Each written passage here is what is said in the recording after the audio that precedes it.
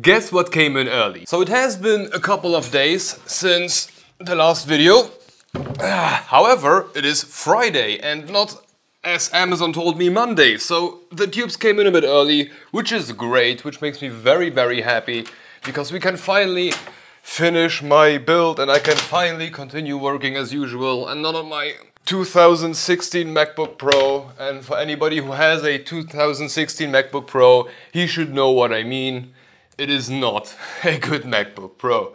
Anyway, since the last video I did a tiny bit of work. I did not finish the build off camera. I think that's kind of stupid and misses the point, but I fixed a few things. First off, I put all of the fittings in and I reimagined how the actual loop should have been like, or what my initial idea was. And I installed 2 additional fans in the top and the fan blockage here, but that's not so important. So the loop that I initially was expected to do was with a second radiator, and now I had to rethink a couple of things. However, and also thankfully, this does mean that I now have a couple of 90-degree bends more than I initially had. So let me walk you through this. This here is the pump out. It goes up, it goes into the radiator. From the radiator, which you definitely cannot see, there will be a tube coming to this one here. So basically it will do like a 90-degree bend down and then it will go straight. Oh yeah, all of the tubes should be straight. Like I don't want to have like any types of twists. It should be like horizontally straight. So it enters here. From here it goes into the CPU in. From the CPU out it goes into the CPU out on the distro plate. And then in the bottom here I did a double 90-degree turn, which then goes into the GPU. From the backside of the GPU, there will be one going straight into here, into the inlet of the pump. And then from the pump, it will go up, 90-degree bend in here. And this one, this bend here, and the bend going from the out of the radiator into the in of the distro plate, those are the only 2 bends that I'm going to do today. When I was working on figuring out where goes what, I realized what the actual initial idea was. If we would have had here a secondary radiator, this bend like double 90 should not have existed. It would be one 90-degree bend up into the radiator and then from the radiator out into the second radiator, and that would have been so much easier. There would have been then only one single bend. On that note, you probably also seen that I bought a whack ton of 90-degree bends, and I could have also, you know, like 90-degree to 90-degree to 90-degree, and then at some point I would have like had this bend, but I don't want to do that. And there is no available Alphacool fitting, like from how should I say, from fitting male to fitting male, like because we have those 90-degree bends here, and I cannot use them mid-tube. They have to be attached to a radiator or to a water block or to whatever, but I cannot like end the tube with the fitting, with the male version, then something on it, and then restart the whole thing with a 90-degree bend, as long as I'm using the color white. There are pieces for black, for chrome, for whatever, but not for white. The second aspect I did not so much think about is the fact that we are using those 16mm fittings for 16mm tubes, and the 90-degree bends are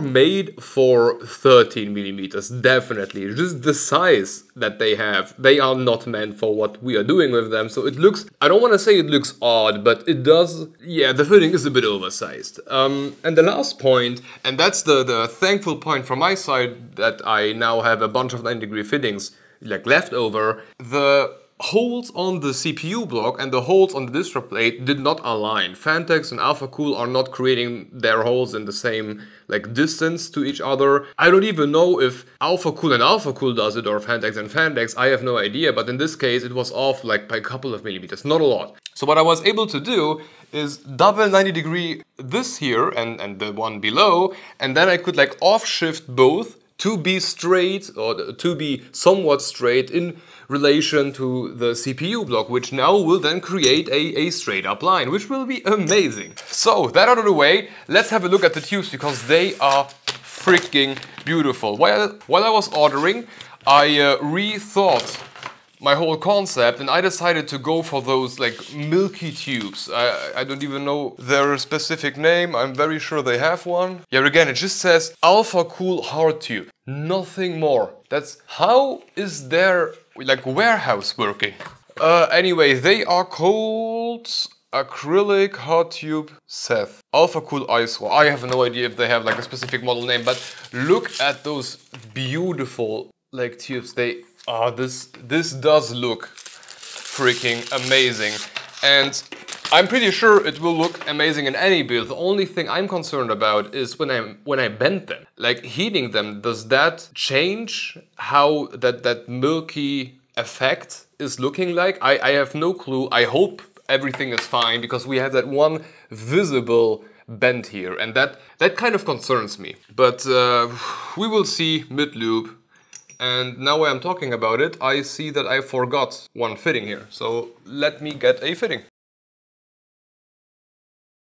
Okay, now before we begin, I want to give huge props to Alphacool and their like video about how fittings work. Every company has its own method, and even Alphacool, the black ones I had from my old PC, my old editing PC, they were working differently. And I really appreciate that they created those amazing videos, which are funny by the way, and they are like 30 seconds long and they explain basically everything. So to each fitting, or to each of those, I think they are Pro, yeah, iSophen Pro hard tube fittings, you have 4 pieces. The top cover, you have that, let's call it base, that goes into the red, into the distro plate, into the whatever. Then you have they call it like anti-sagging, malformation tool, and you have enormous freaking O-ring. And how this basically works is you take the cap, you put it on, of course with the thread going to the direction where you want the tube to be installed later on. Then you put the O-ring over that, you take that whatever this is, you press it into the tube, pretty hard actually, and then you slap the whole thing into your base. And after that you screw in the cap and you are done. And with that enormous O-ring, I have no doubt that it works significantly better than what I had before from Alphacool, which is just a regular O-ring. This one is freaking enormous and it seems to me like it's sealing the crap out of those. Of course, right now I don't really know. I haven't tested it yet, but just from the looks, it looks like that, and I'm pretty happy already at this point. Okay, fun fact, once you put that thing in, it is basically impossible to get out. So this one is going to be our first tube. I would say let's start with what should we start? Yeah, let's start in the back. Just to not block anything in front of here. And I would say we will start with the one going from the CPU out to the distro plate out. And at this point, because we have no bends, I can basically proceed to cutting the out of them. For tools, I will be using, this has a patent. It has a patent number.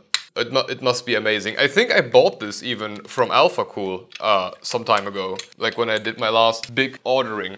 Then we have a little tool which is used to like grind off the edges on the in and outside of a tube once you cut it. Definitely necessary, and don't forget to clean your tube afterwards. Rinse it with water, do whatever, otherwise you might have like microparticles going through the loop and you don't want that crap to hit the pump. Then this morning I had to go buy a heat gun because apparently my old doesn't exist anymore. And as the last tool, which I also just had lying around, we have this Alphacool bending helper. It does what the name suggests. It helps bending tubes, which, okay, sounds pretty easy. So measuring, actually let's try something. Let's see if I can measure it using this and see how accurate this actually turns out to be. From like this part to this part on the other end, we are looking at 91.5 millimeters, and let's see how accurate I'm actually able to do this just by looking. And yes, until now, all of my tubes were always free-handed. Required a couple of extra cuts, but it always worked. Okay, 13 millimeter tubes are definitely easier to cut. Yeah, this doesn't look good. It completely destroyed. Like, how the heck are you supposed to cool those? Is it now too short? No, this one would still work. But I need to figure out how to cut this one. Okay, because 13 millimeter tubes are so easy to cut, or like the non-milky ones. I think it's because this is acrylic now, and oh, fuck. Oh, fuck. How the hell am I going to do this? How the hell am I going to do this? Okay, 13 millimeter tubes are so easy to cut. Or like the non-milky ones. I think it's because this is acrylic now. And oh fuck, how the hell am I going to do this? 13 millimeter tubes are so easy to cut. Or like the non-milky ones. I think it's because this is acrylic now. And oh fuck. How the hell am I going to do this?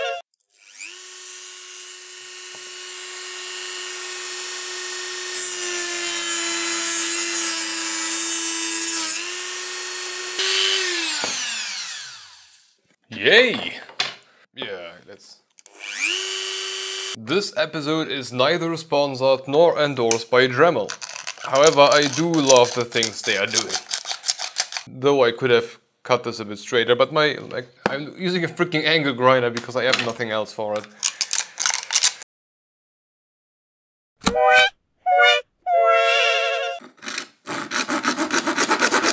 Okay, it looks pretty straight. So, although I love Dremel and their Dremel 4000, what a very thoughtful name, I will not use it. The normal saw, which is actually meant for metal and not for anything else, works better actually, because I can go straight through it, which just makes a hell of a lot of stuff easier. So, let's see if this one fits, because I believe it will be a tiny bit too long. And with belief, I mean I am definitely sure about that. Quite a bit too long.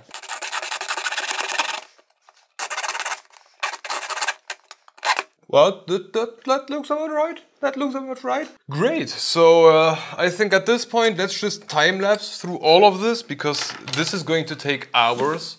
And I don't want to sit you through me cutting tubes for an hour.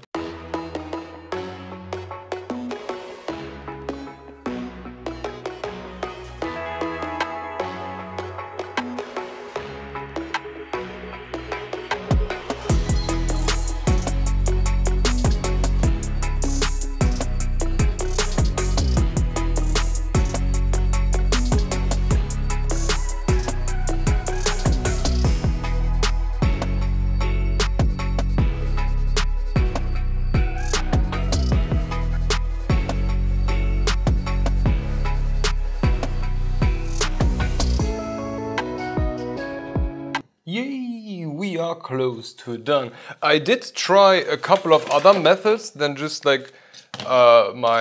hand saw here. I also tried this little thing here, which is kinda, in this mode, it's kinda like a torch that heats up a blade. And then I just cut through it, which worked. It really did. One cut is done with that one, but it melted the plastic so much if you weren't quick enough, so that in the end it was just a mess. And when I tried to grind it down using this one, then it broke off a lot of the material.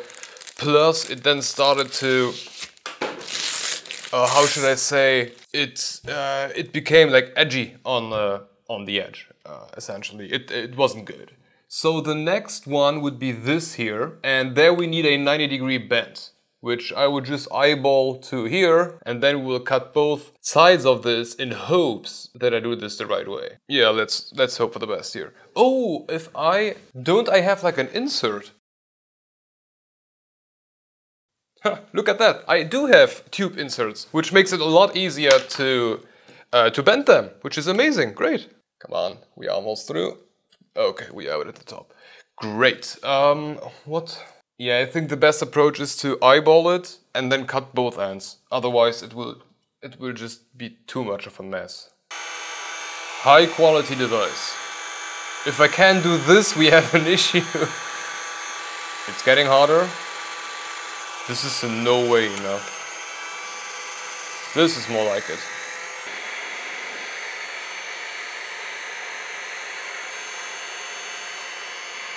I think I just bought the shittiest heat gun there is. Looks pretty fine. We have a little bit of a dent up, but we have no indentation on the other end, so I'm pretty happy. Looks fine to me. Now it just needs to cool off, and I know just the right tool for that. Okay, now will I get this out? I'm pretty sure this looked very weird on camera. Wow! It's a good bend. Okay, now how much do I need to saw down at this point? Oh, I don't even need to eyeball it that much, because I can now take the knife and mark it. Okay, I have my marking.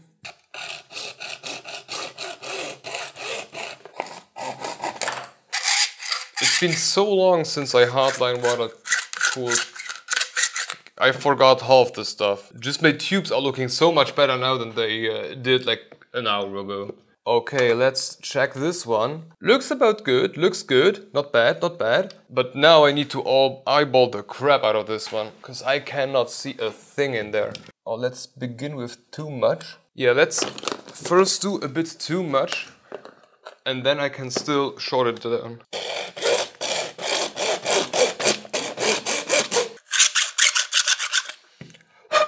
Definitely still too long, that's okay. But now I can measure it to at least some degree. A tiny bit. But like, should I just grind it? Yeah, let's try that. That works astonishingly well. Yes! Ha! Or maybe so that you can see. That's what I wanted. This line. Perfect. Okay. Now the last bend is pretty hard, and I need to make like a Z, let's say, double 90 essentially, and get back there behind the radiator. I don't even believe that this tube is long enough. No, this will not be long enough. So how should I do this one? The nice thing about the last bend is that it begins in a like seeable area. However, it ends in a part where you don't see it. So the two 90-degree bends will not be seeable like almost at all. And by the way, yes, if you need to shove this one through a tube, it really helps if you put a tiny bit of soap on there. And now my hands are full of soap. I didn't think this one through. But it's heck of a lot easier, that I can tell you. Okay, so I don't really need to eyeball it, but I know that the two bends need to happen somewhere in this area right here. So what I will do is basically mark this one and do the first one here, and then just hope that I can like turn it around quick enough. In worst case scenario, I still have a tube left, so even if I screw this one up, I have like a second chance, let's say. But I'm trying to get to double 90 degree, but like really double 90, because I want to have this line here as straight as possible. So yeah, we just have to see. There is smoke coming out of that thing. Let's just ignore the smoke and pretend like that's totally normal. Okay, so yeah, now I need to do like a really short bend here. And I cannot put it through this thing anymore, so I need to do it freehand, which I really do not like. Gloves would have been helpful, because it needs to be straight from here on again. It is an S. Let's see. Okay, let's just make a cut and hope for the best here. Okay, that does not look so bad as of now.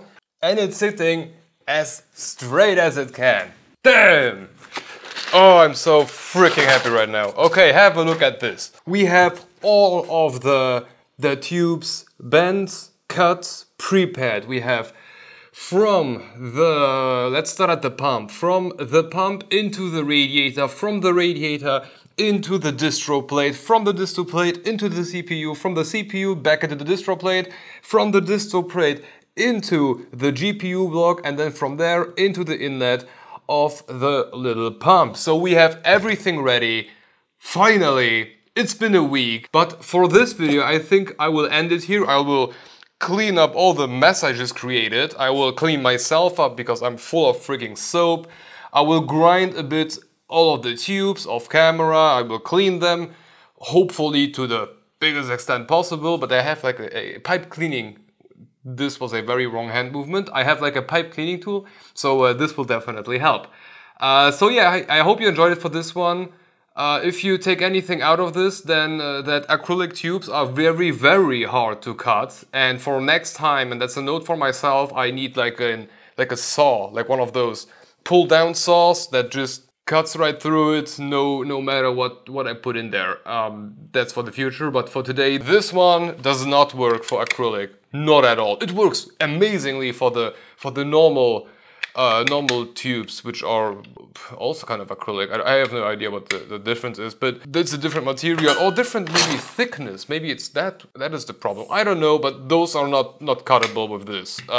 With the saw, yes, fire, bad idea, and with the Dremel, a very, very bad idea. So get yourself a saw. But okay, for this episode, this should be it. But prepare yourself, because next time we are going to have some really smooth looking ASMR. Yeah, I don't want to say porn, but it's very close to that. But yeah, I hope to see you on the next one. And if you haven't watched the last 6 episodes or 5, have a look at them.